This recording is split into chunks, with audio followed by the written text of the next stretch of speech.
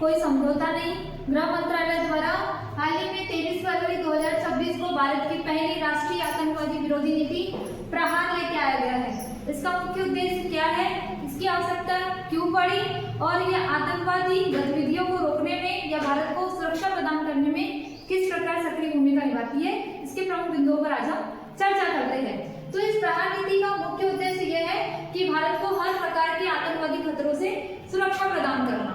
ठीक है, अब इसकी आवश्यकता क्यों पड़ी, अगर हम बात करें तो जैसे ही भारत दो भागों में विभाजित होता है 1947 में, तो आतंकवादी गतिविधियां कहना चाहिए पाकिस्तान के द्वारा धीरे धीरे बढ़ना स्टार्ट हो जाती है। हाल ही के दिनों में जो न केवल आतंकवादी गतिविधियां बल्कि आतंकवादी जो तकनीकें है ना, उसका भी विकास ज्यादा हो रहा है। तो हमने देखा कि जो सीमा पार जो आतंकवादी गतिविधियां वो लगातार बढ़ती जा रही है। इसके अलावा ऑनलाइन भारतीय युवाओं को कट्टरपंथी आतंकवाद की ओर अग्रसर किया जा रहा है। साथ में क्रिप्टो करेंसी के माध्यम से फंडिंग हो रही है और साइबर अटैक हो रहे हैं और ड्रोनों के माध्यम से जो तस्करी हो रही है ना। तो इन सभी और कहना चाहिए इसके साथ ही जो बढ़ती हुई जो तकनीकी है वो डेवलप हो रही है आतंकवाद में। तो इन सभी चीजों को देखते हुए भारत सरकार के द्वारा प्रहार नीति लेके आई गई है ना। अब ये जो प्रहार नीति है समग्र दृष्टिकोण पर आधारित है। समग्र दृष्टिकोण का मतलब क्या है और इस प्रहार का जो कहना चाहिए कोडिंग की गई है, इसके पहले फुल फॉर्म के बारे में हम पढ़ते हैं। तो प्रहार में जो पी का जो फुल फॉर्म है वो है आपका प्रिवेंशन। प्रिवेंशन का मतलब कि हमलों को रोकना।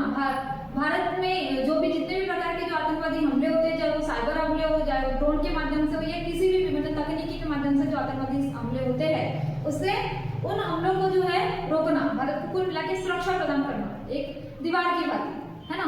दूसरा है रिस्पॉन्स। आर का मतलब होता है रिस्पॉन्स, मतलब जिम्मेदारी कि हमला हुआ तो तुरंत जो है प्रतिक्रिया देना है ना, जवाबी कार्रवाई करना। जैसे कि अभी हाल ही में पहलगाम अटैक हुआ था ना अप्रैल 2025 में, तो उसी को देखते हुए भारत सरकार द्वारा मई 7 से 8 मई 2025 को ऑपरेशन सिंदूर चलाया गया था। ठीक है, इसके बाद एक का जो फुल फॉर्म है वो है एग्रीगेशंस। एग्रीगेशंस का मतलब कि सभी प्रकार की जो सरकारी एजेंसियां हैं उनके बीच में कोऑर्डिनेट स्थापित करना। कोऑर्डिनेट मतलब समन्वय स्थापित करना, तालमेल बढ़वाना है ना, चाहे वो रॉ हो, चाहे वो खुफिया एजेंसी में इंटरनेशनल ब्यूरो हो या इसके अलावा कहना चाहिए पुलिस विभाग हो, है ना। तो सभी प्रकार की जो सरकारी एजेंसियां हैं उनके बीच में जो है समन्वय स्थापित करना। एच का जो फुल फॉर्म है वो है ह्यूमन राइट्स, मतलब मानव अधिकार का बिना उल्लंघन किए कानून का पालन करना। ठीक है, फिर ए का जो फुल फॉर्म है वो है आपका एटेन्यूटी। एटेन्यूटी का मतलब ये है कि आतंकवाद को जो पनपने वाले कारण है उसको कम करना या पूर्ण रूप से उसे समाप्त करना, तो जीरो टॉलरेंस की अगर हम बात करें तो, है ना।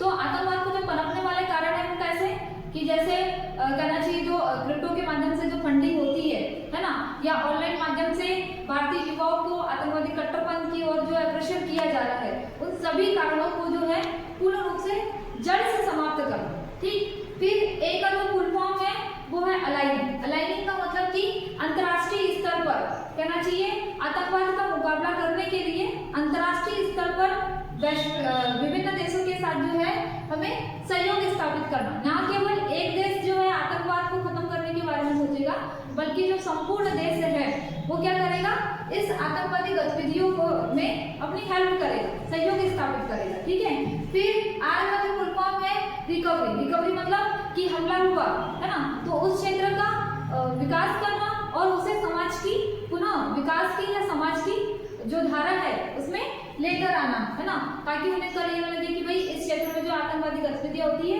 हम इस क्षेत्र से क्या करें, पलायन कर ले, है ना। यही वजह से जो जम्मू कश्मीर के लोग दिल्ली, पंजाब, हरियाणा इधर आना जो है इधर आकर विस्थापित हो जाते हैं। तो इन सभी कारणों को देखते हुए जो है सरकार द्वारा प्रहार नीति लेके आई गई है। अब हमने देखा कि जो प्रहार नीति के माध्यम से कहना चाहिए भारतीय युवाओं को मुख्य रूप से विकास की मुख्य धारा में लाने का प्रयास किया जा रहा है। तो हाल ही के दिनों में जो वैश्विक जो संगठन है आतंकवाद से रिलेटेड, चाहे वो अलकायदा हो या ISIL हो, तो इन लोगों के माध्यम से ऑनलाइन भारतीय युवाओं को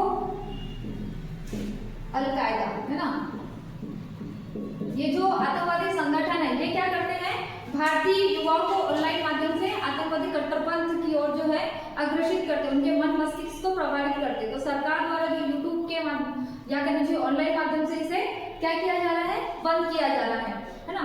तो कुल मिला के सरकार जो कहना चाहिए, जो सरकार के द्वारा जो प्रहार नीति लेके आई गई है उसमें रोकथाम, त्वरित कार्रवाई, कड़ी कानूनी प्रक्रिया और इंटरनेशनल सहयोग को एक साथ जो है कहना चाहिए समग्र दृष्टिकोण प्रस्तुत किया गया है ना। और इसमें ये बात कही गई है कि लगातार जो आतंकवादी गतिविधियां हो रही है उससे ना केवल एक देश, ना केवल भारत, बल्कि सभी देशों को जो है ये सुरक्षा प्रदान करेगी, है ना। तो कुल मिलाकर जो प्रहार नीति है वो आतंकवाद के खिलाफ एक मजबूत और दीर्घकालिक जो ढांचा तैयार कर रही है। ठीक है, थैंक यू।